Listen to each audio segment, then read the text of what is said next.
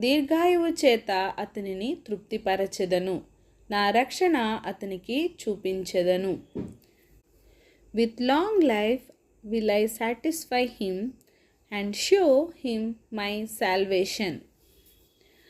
పరిశుద్ధ గ్రంథంలో ఆయుష్ కాలంను పొడిగించి దీర్ఘాయువు చేత తృప్తిపరచబడినవాడు హిజ్కియా రాజు.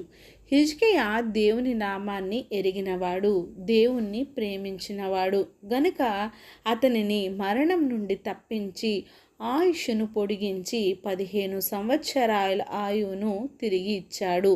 అతడు దేవునికి మొర్రపెట్టాడు, అతనికి దేవుడు ఉత్తరమిచ్చాడు. శ్రమలో బాధలో దేవుడు అతనికి తోడయుండి అతనిని విడిపించాడు.